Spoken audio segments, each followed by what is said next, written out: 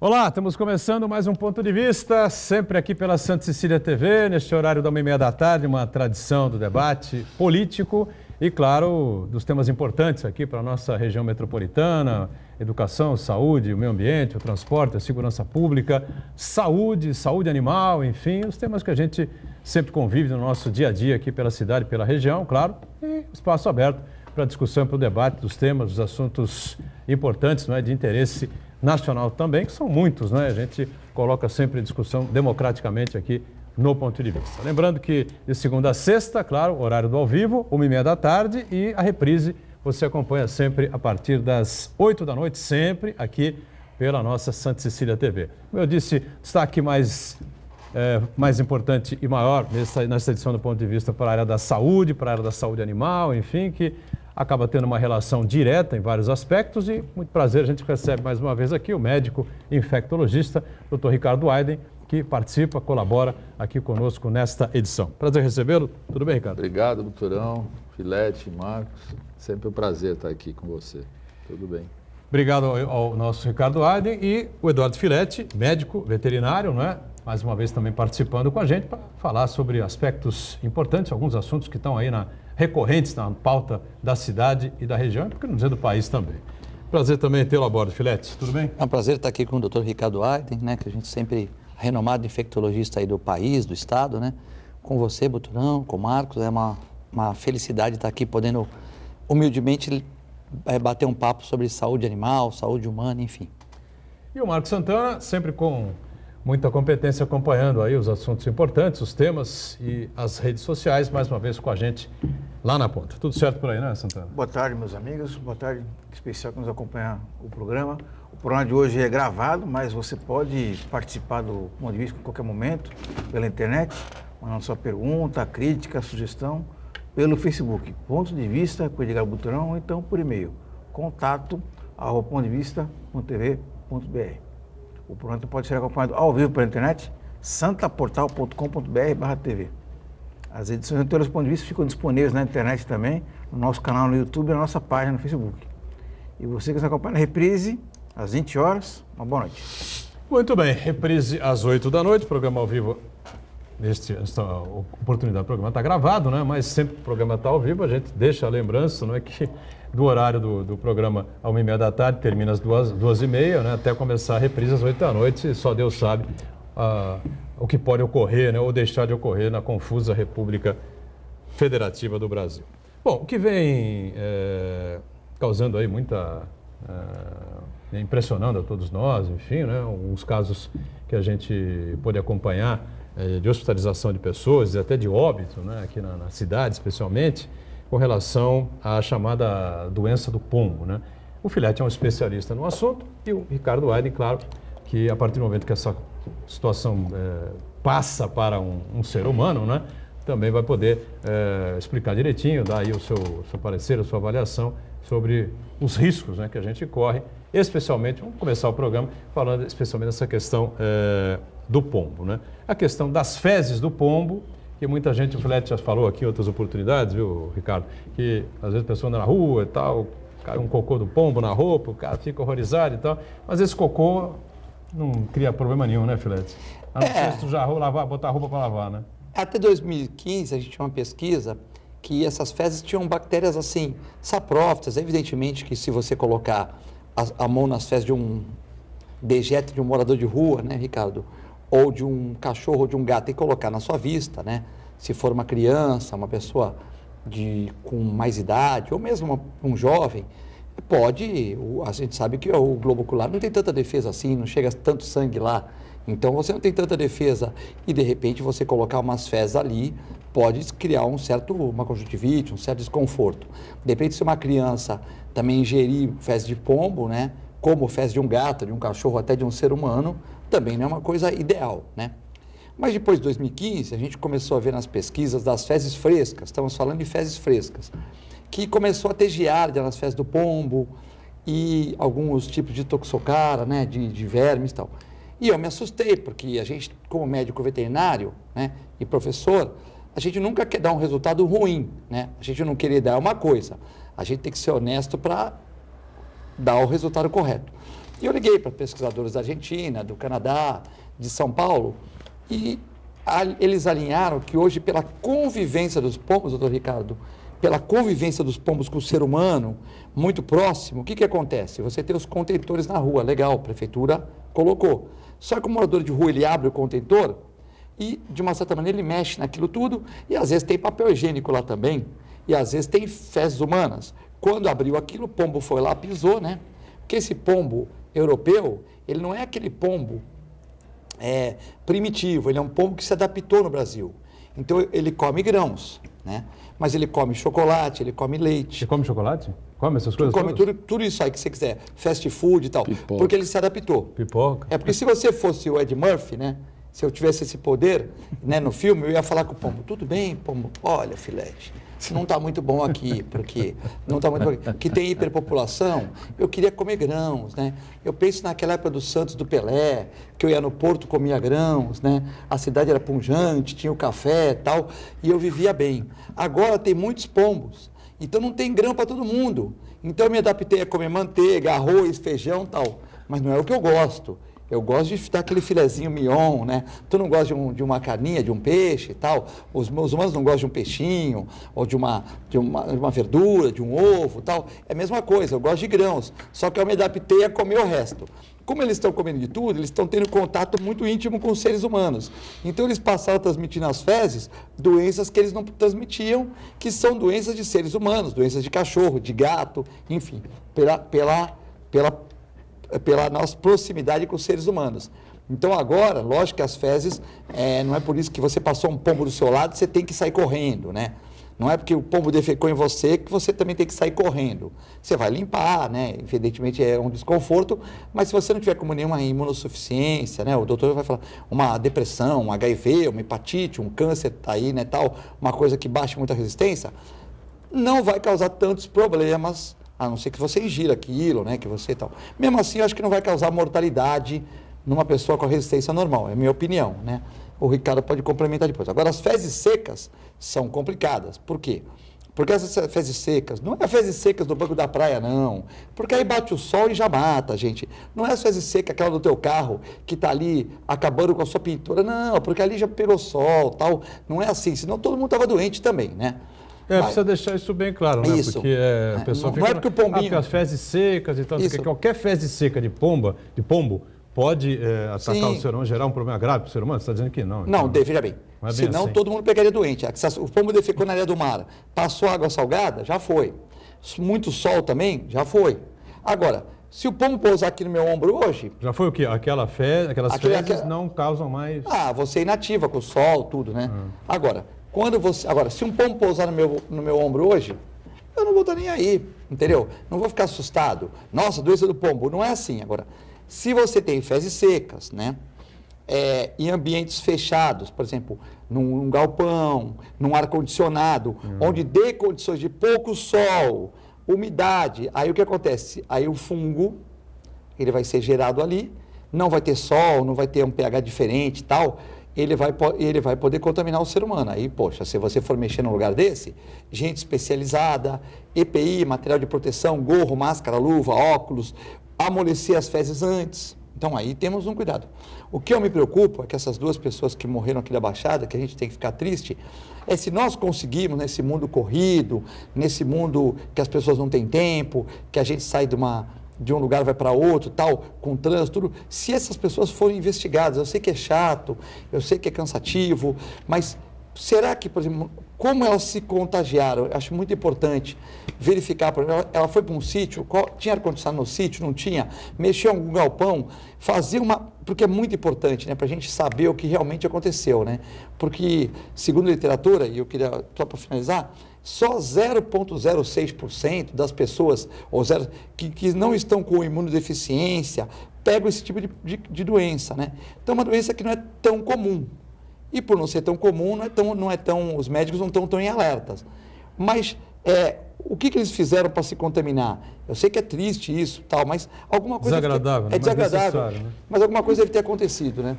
Pois não, Ricardo, essa mistura aí, né, do pombo, enfim, dos animais com o ser humano, que o pombo agora come fast food, enfim, né? A gente tem uma população estimada de mais de 300 mil pombos. Em breve nós vamos ter um pombo por habitante aqui em Santos. O Filete apanhou bem, né? Eu li até uma reportagem dele no Jornal Tribuna, onde ele expõe tudo isso com propriedade. O que a gente observa assim claramente é que a gente continua tendo condições predisponentes para ter uma população grande, não só de pombo, como de rato. É típico em cidade de praia e tudo mais, também baratas, etc. Mas vamos nos deter nos ratos e nos pombos. Tem gente que chama até os pombos dos ratos com asa, né? Porque é capaz de transmitir doenças e tudo mais. E eles encontram nos grãos ali no cinturão do porto, que cai dos caminhões, principalmente na safra de soja, milho, que são descarregados nos terminais graneleiros. Alimento fácil, as pessoas têm o hábito, assim, na média, muitas pessoas dão de comer para pombo, por isso que eu brinquei aqui, mas é verdade, eles comem pipoca, pão com manteiga, que nem o Filete falou, porque é verdade, ele se adapta. Assim como lá as gaivotas lá em São Francisco, que ficam dando comida no barco, elas ficam ali no vapor da chaminé do barco, quando está indo para Salsalito, elas vêm na mão e comem o que tiver ali, churros, o que for dar. Eles se adaptam, né? Sobrevivência da espécie. Mas é um animal que a gente precisa ter cuidados. A primeira grande providência que eu acho que a população deve ter é assim, evitar fezes dessecadas. O fungo, ele entra numa carapaça que se chama esporo, fica numa forma de resistência nas fezes dessecadas, e essas fezes dessecadas elas podem ser inaladas, em especial na corrente de ar provocada por um ar-condicionado. Não só fezes dessecadas de pombo, mas também bactérias como legionelas. Tem histórias famosas aí desse tipo de transmissão. Então, primeira providência, isolar o ar-condicionado por fora, com uma rede de proteção que o pombo não tem alcance, não faça ninho ali na caixa do ar-condicionado. Essa é a coisa mais comum. Toda vez que puder fazer manutenção de um ar-condicionado tem que ser feito com equipamento de proteção, como o Filete já ressaltou, no mínimo máscara e em especial com o motor do ar-condicionado desligado para qualquer tipo de operação que seja, né? E, logicamente, que se você isolar isso do alcance do pombo, não vai haver tanto problema como a gente já colocou. Mas isso são as condições mínimas que se deve ter. Tem uma manutenção correta para ar-condicionados, no mínimo de 6 em 6 meses, etc. Em grandes corporações tem até uma legislação um pouco mais apertada, mas o fato é assim, o fato é que a gente tem bastante oportunidade de se defrontar com esse tipo de coisa. Como o Filete falou muito bem, esses dois casos, eles não foram detalhados do ponto de vista, por exemplo, médico, seja veterinário ou médico de humanos, que nem eu. Não dá para se falar em erro porque a gente não tem elementos seguros. Você precisaria ter o caso muito bem estudado, os exames de laboratório. Você fala que tem juba de leão, cara de leão, jeito de leão, mas se você não mostrar o documento de identidade do leão, fica tudo como suposições. A gente tem que trabalhar com evidências concretas.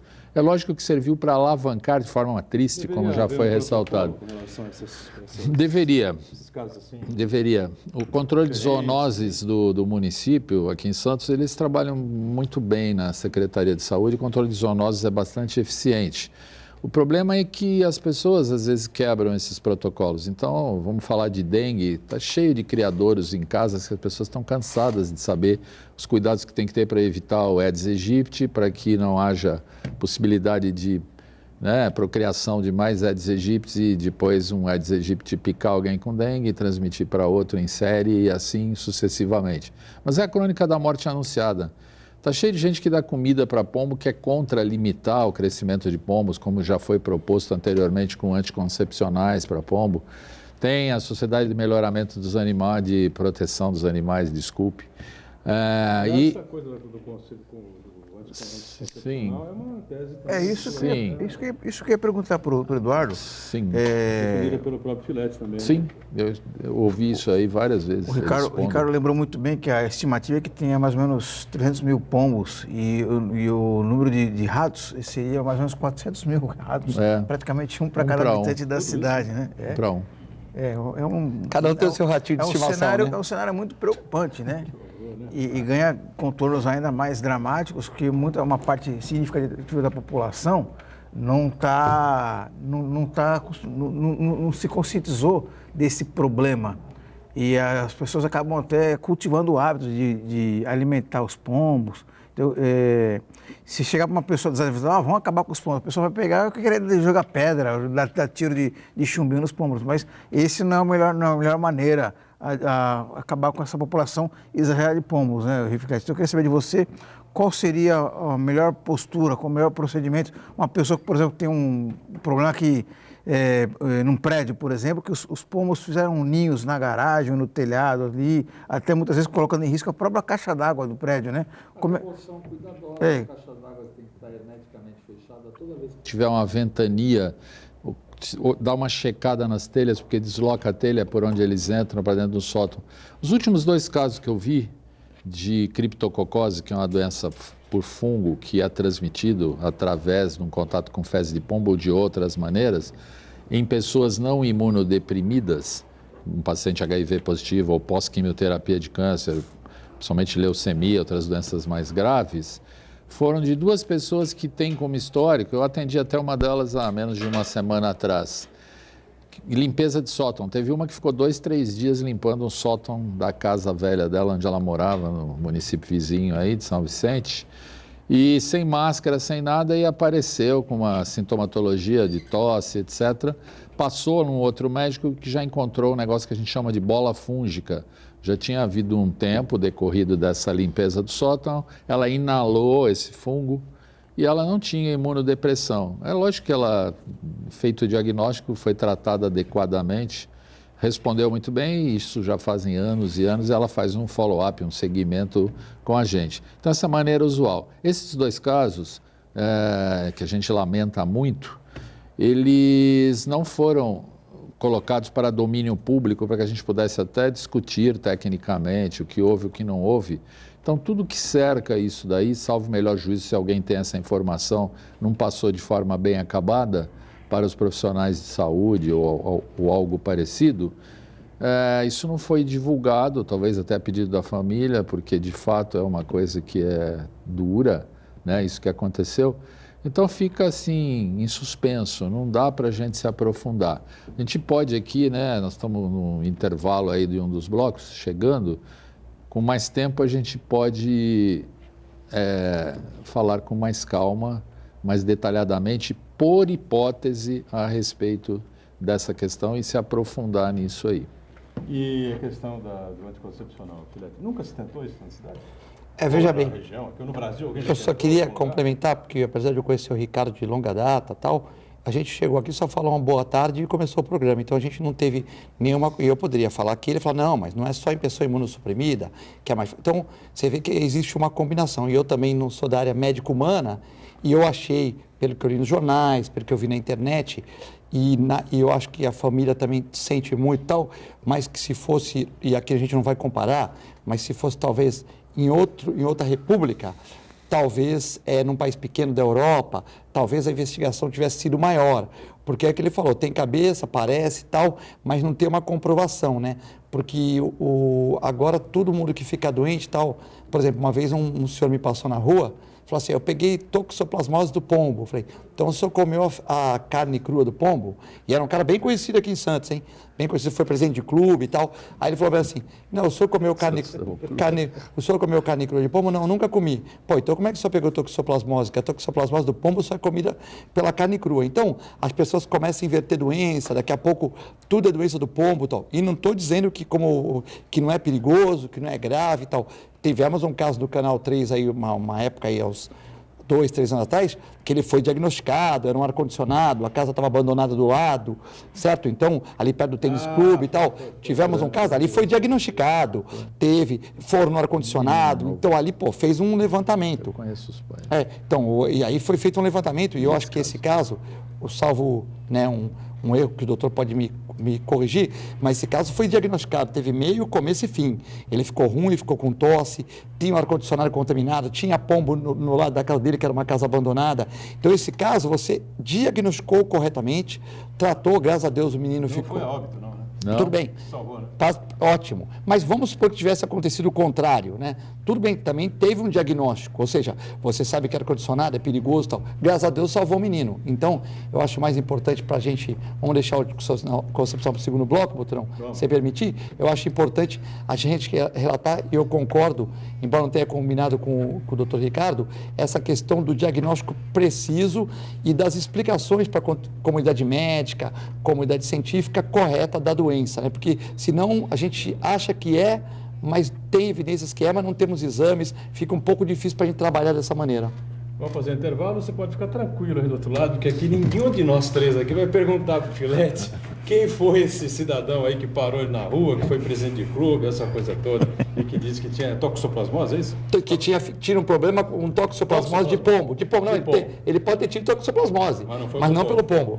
O intervalo, a gente volta já já. Muito bem, de volta ao ponto de vista, não é com muito prazer recebendo aqui dois especialistas na área da saúde, o doutor Ricardo Aiden aqui com a gente, médico infectologista, o doutor Eduardo Filete, médico veterinário, Marcos Santana, sempre aqui com a gente, né? E a questão que envolve na verdade é um problema, né? Algo que deveria ser um postal aí da cidade, enfim, né? Os pombos aí que são bichinhos bonitos, né? Que embelezam aí a orla. Eu passo. Não é? Você não gosta dos pombos? Não. Não acha bonito? Não. Eu acho bonito aquela revoada de pombos e tal, acho legal. Agora, você vai em Veneza, na Itália, por exemplo, lá eles usam turístico. é uma maravilha, ficam ali na Praça de São Marco, todo mundo dá milho, aquela coisa toda, comidinha para os pombos e tal. Pá, todo mundo acha bonito. Agora, virou um problema, né, essa coisa da doença do pombo, que nós estamos comentando aqui, que é algo raro, mas aparentemente, como disse o Ricardo Aiden no bloco anterior, levou dois cidadãos, duas pessoas a óbito aqui em Santos, né? E o Ricardo lembrou bem a questão de você evitar a proliferação dos pombos, né? Dando, como é que chama? Anticoncepcional. E o Filete tem essa tese, já não é de hoje, né? Veja bem, o pesquisador faz a pesquisa, né? Ele pega a universidade, faz a bioestatística, por exemplo, o Ricardo saber que são 300 mil pombos, é que teve fotografias, teve gente que estudou e fez, como você faz você pega 5 mil pessoas na cidade, já sabe quem são os vereadores que estão na frente, os candidatos a prefeito, não é isso? É o Ibope? Sim. Então, você faz pela bioestatística, então você usa o pessoal das exatas da universidade, você usa o pessoal da biologia, você usa o pessoal da tecnologia, você usa tudo isso num trabalho de hoje, né? Só que assim, a universidade, ela tem que fomentar para o que está acontecendo, o retrato do momento. Nós não temos uma obrigatoriedade de resolver, até porque nós temos pessoas no executivo, pessoas capacitadas que têm que dar solução. Muitas vezes o cara chega para mim, liga para mim e fala assim, Filete, como é que eu resolvo o problema dos pombos na minha rua? Veja bem, se eu soubesse como é que a gente resolvia os pombos de uma maneira harmônica e de uma maneira sem judiar dos animais, porque é uma ave protegida por lei, porque eu sou médico veterinário e tal, uma ave protegida pelo IBAMA, mas então é igual aquelas leis que todo mundo acha errado, saidinha tal, de presidiário, que você não consegue mudar. Então é uma lei que existe, então nós temos que trabalhar em cima da lei, né? O que acontece? O pombo é protegido pelo IBAMA e eu, como médico veterinário, não posso querer o mal do animal. Então, se eu tivesse a solução exata para tudo, eu montaria minha empresa, né, e ia trabalhar para as prefeituras, né?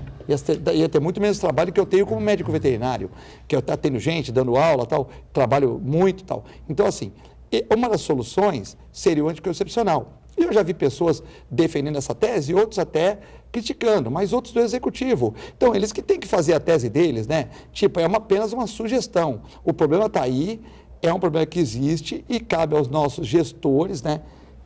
Lógico que nós temos problema da saúde, de habitação, enfim, mas é um problema de saúde que está se tornando, de uma certa maneira, mais próximo e cabe aos gestores municipais das cidades desse imenso Brasil discutirem a questão e resolverem. Eu sou humilde que contribuo, eu acho que o anticoncepcional, pegando as devidas guias com o IBAMA, né, porque vão falar que vai diminuir o pardal, vai diminuir a rolinha. Mas eu pergunto para o telespectador, está em extinção a rolinha e o pardal? Não está. Então eles vão diminuir um pouco também. Tudo bem, mas não tem problema. Eles vão diminuir sem...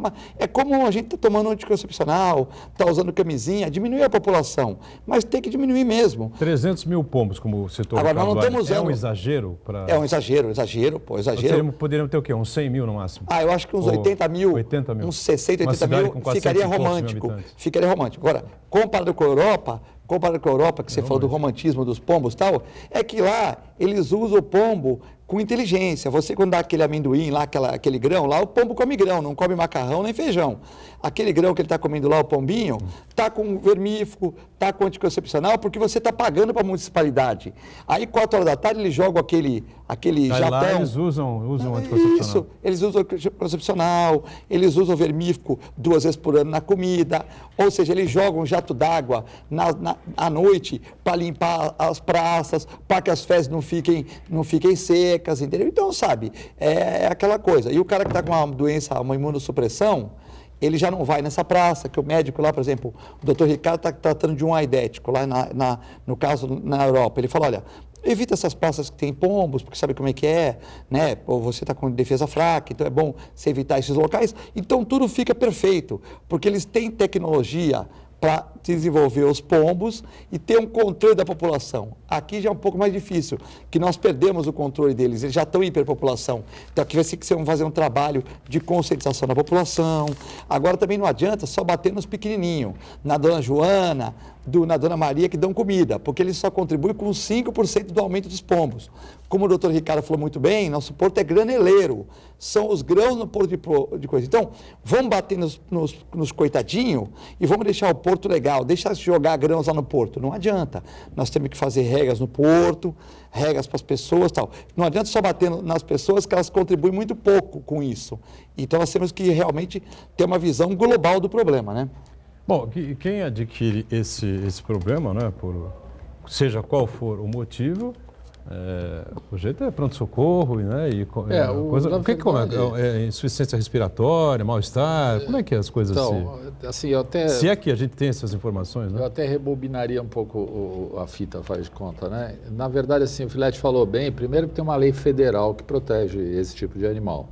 Então, assim, eu não sou contra eles de forma pontual, em alguns lugares, como ele já falou, lá na Piazza de São Marco, em Veneza, etc., tá tudo bem, está tudo sob controle. O problema é aqui, eu não entro no mérito dessa questão dessa lei federal, eu entro daqui para frente, né?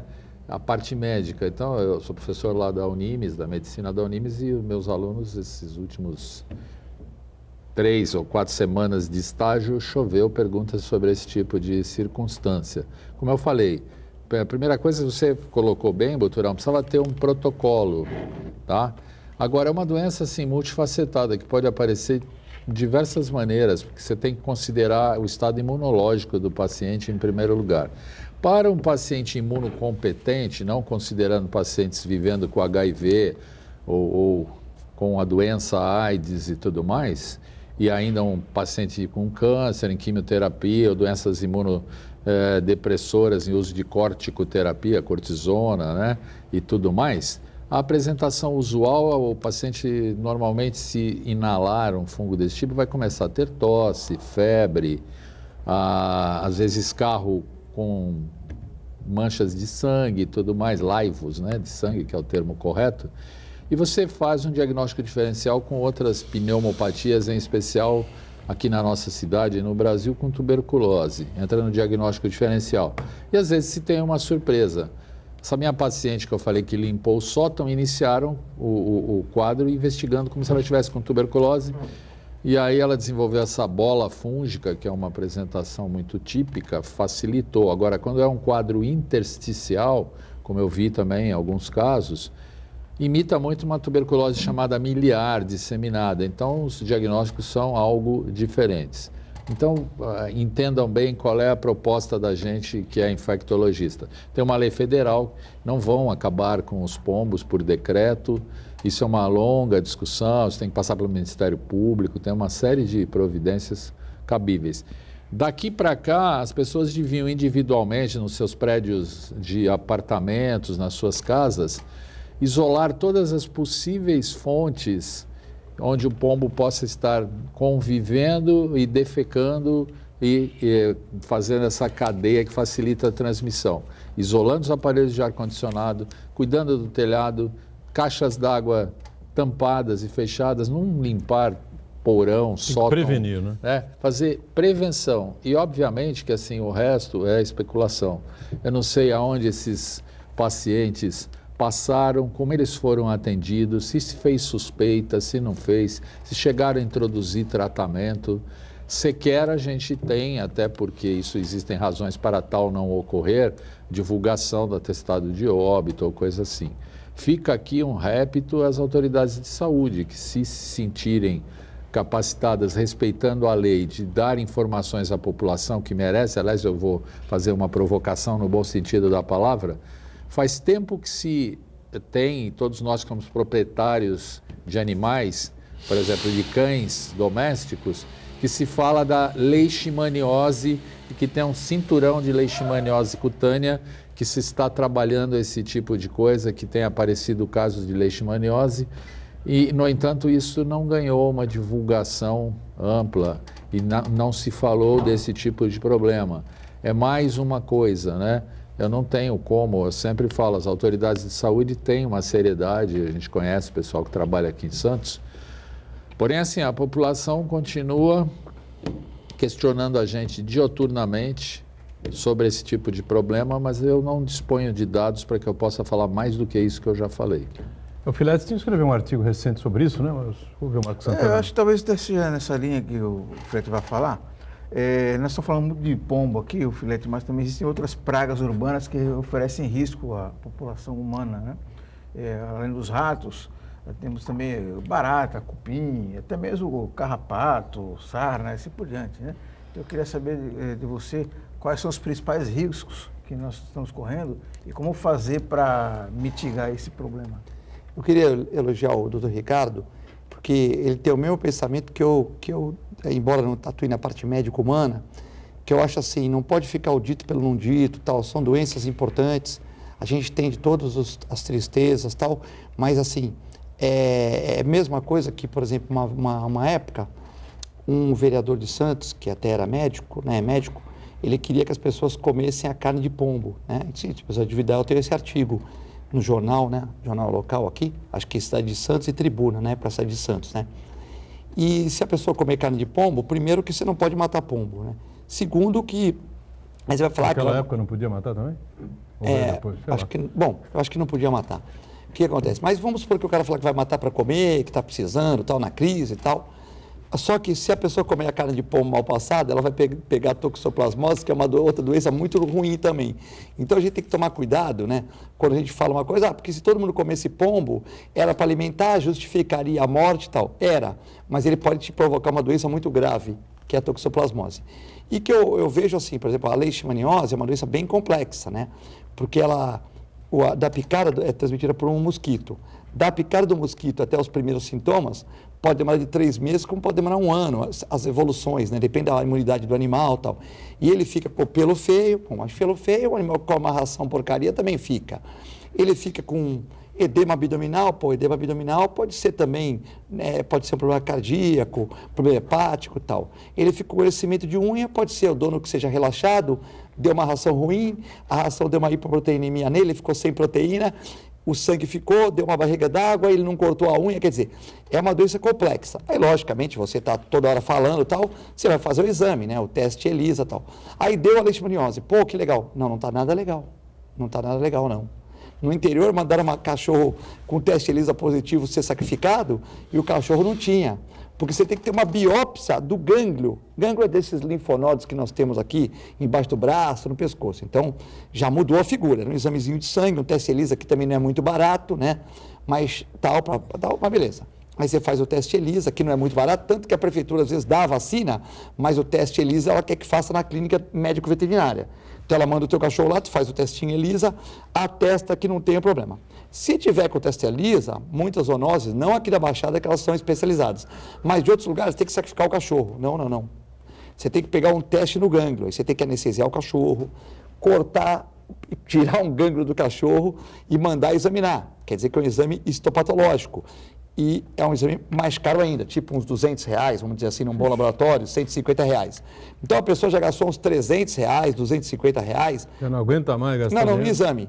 Mas só que ela teve que sedar o cachorro dela antes. E teve que ter um cirurgião veterinário para cortar aquilo e tirar aquilo. Você já viu com uma lógica, aí ela faz, né? Porque o cachorro dela deu positivo, ela quer ver e tal. E às vezes, quando você faz a a biópsia, quando você manda esse gânglio examinar, 90% não deu leishmaniose, ou seja, deu no teste ELISA, que é um teste muito bom, mas não está com a doença comprovadamente, entendeu? Então, é essa complicação que tem.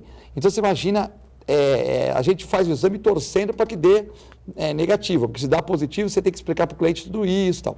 Aí, dando problema, eu não posso tratar o cachorro. Não, tu não pode tratar. Eu tenho que pedir uma autorização, no caso do cliente, pedir uma autorização para um juiz, né? E o juiz determina se pode ou não. Quando o juiz vê a gravidade, souber que o mosquito pica o cachorro e pode passar para você, Boturão, o juiz não autoriza. Então, é muito complicado. Não autoriza? Não autoriza, porque aqui não é uma área endêmica. Tinha Araçatuba, lá os juízes estavam autorizando. Mas aqui, ele vai ler, o cara vai ler, doença infecto-contagiosa. O cachorro pode contaminar, o mosquito pode picar o cachorro, pode picar um ser humano.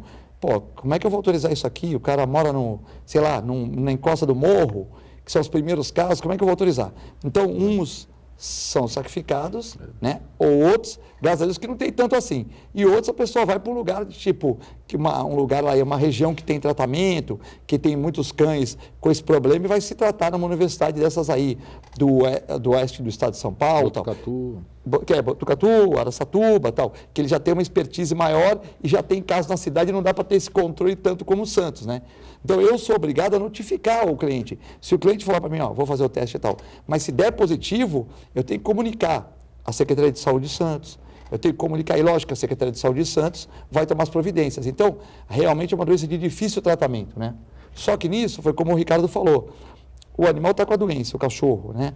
E ele, vamos supor, ficou 6 meses com a doença, 7 meses. Se tiver mosquito picando ele e picando as pessoas, pode estar se contaminando as pessoas. Então, é uma doença de difícil diagnóstico. O diagnóstico, lógico, o veterinário está esperto, que já está pegando alguns casos. Ele vai ter que fazer um exame, que é um teste ELISA, que é uma gotinha, 2 gotinhas de sangue, é fácil, sai depois de 10 minutos, mas se der positivo, ele tem que fazer uma biópsia do gânglio, o que complica tudo. Às vezes dá positivo, eu só peguei um caso positivo até hoje, né? Até peguei um caso positivo. Quando eu falei para a mulher, para a proprietária, eu falei, olha, nós temos que fazer o gânglio. Ela falou, não, doutor, vou voltar para Minas Gerais. Ou seja, o cachorro era de Minas, que eu tive que explicar para ela tudo isso. Agora eu faço a primeira pergunta, será que ela voltou? Não sei, mas eu comuniquei. Eu mandei a minha funcionária levar lá para 2 folhinhas, lá para a saúde, lá no Banco do Brasil, e peguei um protocolo, quer dizer, eu comuniquei à nossa cidade que eu peguei um caso de leishmaniose positivo. A mulher foi embora, com certeza ela foi embora, mas se não foi, com certeza foi agente sanitário na casa dela, tal. Mas será que ela deu o endereço certo para mim? Será que ela não estava com o cachorro na casa da irmã e mudou para outra casa? Sabe, é complexo a coisa, né? Ela pode, quando ela viu positivo, ela sabia da doença, porque ela já veio de Minas Gerais, e ela sabia dos riscos de tratar um cachorro numa área que não é endêmica. Será que ela voltou para Minas? Será que, o que ela fez com esse cachorro, né? E fica essa dúvida, né? Vamos para o intervalo, já retomamos a sequência aqui do nosso ponto de vista, em instantes. Muito bem, a gente volta aqui na sequência do ponto de vista, conversando com o Eduardo Filete, médico veterinário, Ricardo Weiden, médico infectologista, junto aqui com o Marco Santana. E fazendo um questionamento aqui, a gente já tem uma série de problemas, uma série de dificuldades no atendimento à saúde, atendimento público à saúde, né? E atendimento veterinário, não sei se o Filete pode falar com mais precisão, né? Não é médico da rede pública, evidentemente, mas conhece bem os problemas. O Ricardo Weiden foi o coordenador da ST-AIDS aqui de Santos durante um bom tempo, governo do Beto Mansur, né? E tem também um amplo conhecimento de hospital público aqui, Guilherme Álvaro, enfim, né? Agora, nós temos uma projeção de orçamento para 2020 que beira o caos, né? Porque nós estamos fechando aí o mês de setembro, meados de setembro, enfim, e a situação do dinheiro público no Brasil é gravíssima. Então, vamos entrar em 2020 com corte, segundo a expectativa que está colocada, a projeção para o ano que vem, de mais ou menos 30% de cortes nos orçamentos em geral, né? Em todos os ministérios. Os ministros vão aí começando a reclamar, já chiando, enfim. Nem sei se os ministros vão deixar o Bolsonaro falando sozinho e vão pegar cada um o seu barco ou se vão seguir ao lado dele. Agora, imagina isso na área da saúde, Ministério da Saúde, um corte brusco desse tamanho, Ricardo Olho? É uma coisa de Hoje é loucura. braba hoje em dia, né? Hoje eu estava escutando na Band de manhã, eles falando lá que os ministérios, a partir das 6 horas, estão desligando as luzes Exatamente. e tal e tudo. Agora, eu nessa hora, eu gosto muito de biografias e dentro das biografias eu li várias biografias comentadas e não do Winston Churchill. Sangue, suor e lágrimas e, obviamente, que eles passaram baixo lá na guerra, né, na Inglaterra, como todos vocês sabem, teve até um filme aí que ganhou o Oscar sobre a vida do Churchill. Sim. Eu acho que o povo brasileiro não merece, mas ele, tendo que passar por isso, vai conseguir dar conta disso daí, mas isso exige que a gente aperte o cinto mesmo, que a gente pare para pensar, que a gente faça a conta, porque é inequívoco o desperdício de recursos, não por parte da população trabalhadora e tudo mais, mas lá no círculo do poder central. A gente começa a receber, se dividir por 10, o que poderia ser uma suposta fake news, ainda assim se gasta muito dinheiro com uma série de coisas. E, ao que eu saiba, já se vem tomando uma série de providências para economizar, despesas com gasolina, carro, não sei o quê, todas aquelas benesses, né? Como fazem lá nos países europeus, como a Noruega, que o primeiro-ministro vai de bicicleta para o seu local de trabalho ou em transporte público. Lá eles estão aqui, nós estamos aqui. Eu acho que dá para a gente chegar mais para cá, sabe? Todo mundo encolher um pouco, puxar o cinto e sobreviver a essa dificuldade momentânea que caiu Mas você na acha que a nossa cabeça. saúde pública no Brasil aguenta um corte de 30%? A saúde pública é um outro mistério, né? Eu falei genericamente, mas a saúde a gente já vem com uma série de dificuldades a partir do subfinanciamento do SUS. Eu já falei isso aqui numa outra feita. Hoje o SUS paga uma tabela aquém daquilo que deveria pagar aos estados, que cada vez botam mais do seu tesouro, e os municípios idem para custear a saúde pública. Isso é lógico que está sendo revisto.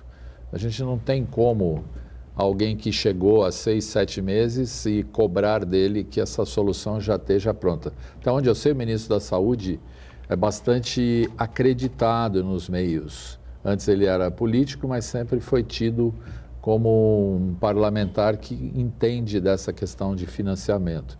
As tabelas do SUS estão sendo revistas, mas é muito difícil se trouxer aqui o Fábio Ferraz, que recebe dinheiro direto, ponta a ponta, do Tesouro Federal, aqui em Santos, para pagar as coisas relativas à saúde. Ele vai dar uma aula aqui, como ele é gestor, ou né, outro indivíduo que faça essa gestão pública. Nós recebemos através do Fundes, da Secretaria de Saúde, que recebe do Ministério da Saúde, que repassa para nós, hospitais públicos. E eu sei das dificuldades que o governo do estado vem tendo desde há muito tempo, que eu já estou nessa passada aí, há uns 7 para 8 anos no Guilherme Álvaro. Então, é sempre muito difícil. Começa pelo subfinanciamento. Então, você tem razão. Se eles contingenciarem lá no nível central, federal, 20%, que é o número que eu tinha ouvido falar na saúde, vai ser realmente mais difícil do que nunca. Isso implica em racionalizar coisas, em ter um cuidado, fazer uma economia de guerra. Correção da tabela para SUS. Poder. Correção da tabela SUS vai ficar Ricardo, difícil nessas condições. Eu acho que outro aspecto, sempre que a gente fala sobre o financiamento da saúde, o gasto, né? Porque muitas vezes o problema é que se gasta na saúde, né? Porque se fosse investir, deveria se investir na prevenção de doenças, né? Para evitar que as pessoas fiquem doentes. E aí passa por uma reeducação de hábitos da pessoa, né? Estimular a pessoa a fazer uma reeducação alimentar, né? Porque boa parte das doenças estão ligadas à questão alimentar, combater fortemente o tabagismo, combater o uso exagerado do álcool, né? Incentivar a atividade física e assim por diante, né? Outra medida muito importante é investir infelizmente, no Brasil de hoje não se tem isso num horizonte tão próximo, investir em saneamento básico. Boa parte das doenças no Brasil, eu preciso lembrar, o Brasil é um país subdesenvolvido. Boa parte das casas não tem saneamento básico, não tem rede coletora de esgoto, não tem água encanada. Então, se investir em saneamento básico, boa parte das doenças que estão ligadas aí à questão alimentar seriam evitadas. Então, mais uma vez, estamos apagando o incêndio em vez de evitar que ele se deteriore. Né? Você falou muito bem, você falou de medicina preventiva, sensu lato, excelente a sua intervenção. Agora, eu ia falar assim, esse novo governo do Estado, a gente tem olhado com muita atenção e eu tenho visto iniciativas simples, porém muito objetivas, por exemplo, de fazer ata de registro de preço para itens que são comuns a todos os hospitais públicos, por exemplo, do Estado. Então, soro fisiológico, se usa em tudo que é hospital.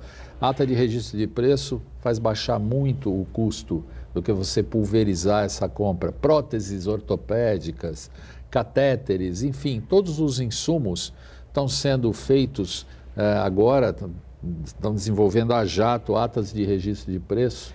Então, neste governo, de forma sistemática, que eu acho que vai baratear muito o custo e nós vamos conseguir, mesmo com essas dificuldades, manter os hospitais funcionando. São ideias extremamente objetivas e práticas, né?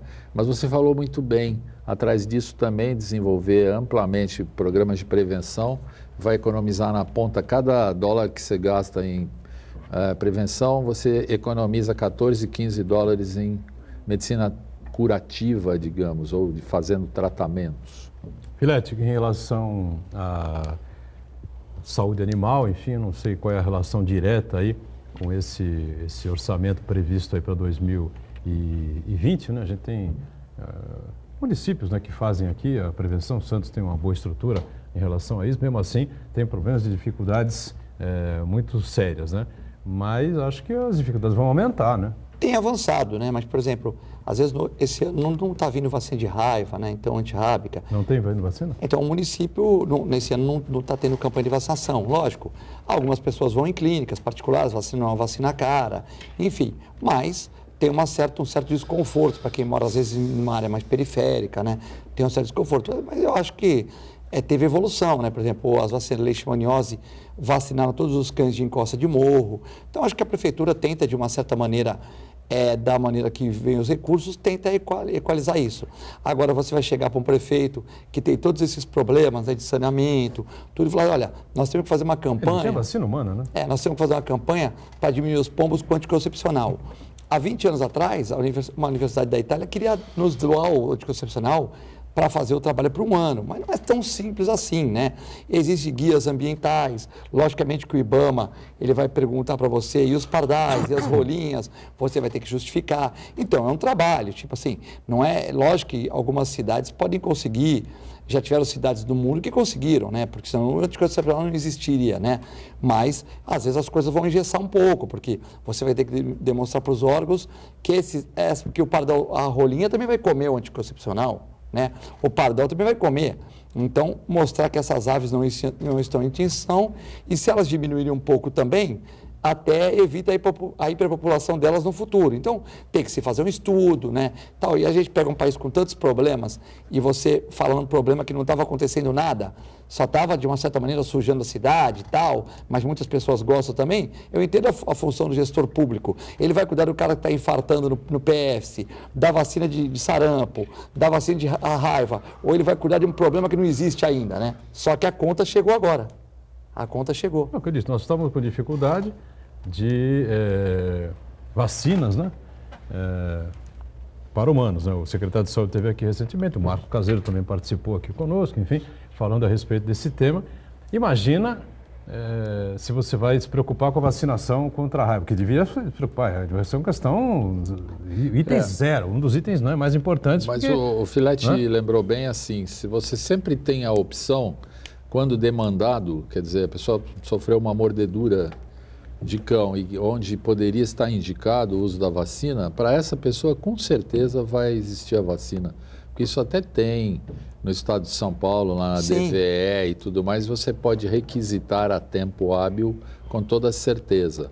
Mas tem uma situação paradoxal É que não tem para os cães, né? Sim, mas você sim, tá entendendo. Se a sim, pessoa for mordida por um concordo. cão suspeito, Concordo. ela vai ter o tratamento digno, né? Sim, evidente. Agora, o que acontece com o resto das vacinas é assim, é um paradoxo, como já foi falado aqui no programa que você se referiu. Na verdade, assim, às vezes falta dinheiro para se comprar uma quantidade X de uma vacina, mas ao mesmo tempo você monta uma campanha e não aparece 50% de quem deveria aparecer para tomar a vacina.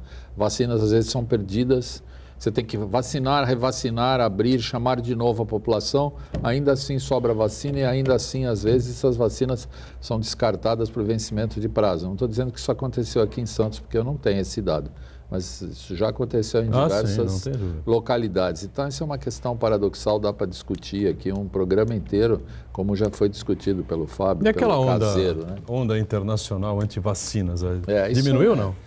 Diminuiu, porém assim, porque também se fez uma contra-onda tentando bloquear as redes sociais, redes sociais com seus mecanismos começaram a brecar esse tipo de fake news, essas coisas loucas que fizeram com que morressem milhares de crianças de sarampo em países de primeiro mundo, como a Noruega, Dinamarca, Alemanha, Holanda, né?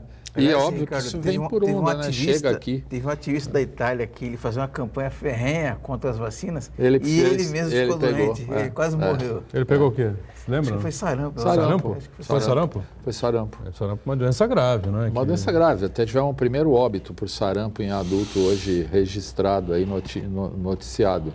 Eu sou da época que fazia infectologia, a gente tinha uma enfermaria inteira lá na Santa Casa, que eu fui chefe, com criança com sarampo, com difteria, que é o antigo croup, doença grave e etc., e que tinha desaparecido. Então, a gente acredita que se controle isso com vacina novamente. Mas é fruto dessas coisas todas que a gente está vendo acontecer mundo afora, né? Essa questão aí, às vezes você monta com todo carinho, tem todos os insumos, uma campanha antigripe, 60% se vacina, os outros 40% não, e a gripe continua circulando. Pois é profundamente lamentável esse tipo de campanha e a gente aqui no programa bate contra isso, que tem que vacinar mesmo. Ricardo Oiden, foi um prazer recebê-lo aqui. Da mesma forma. Obrigado mais uma vez pelos esclarecimentos, tá certo? Até uma próxima. Filete, obrigado também pela participação, sempre importante. Queria agradecer. Esses problemas são multifatoriais, né? Então, não são decisões simples, são decisões que têm que contar com o apoio da população, do poder público, enfim. Não é uma coisa tão simples, mas também não é impossível, né?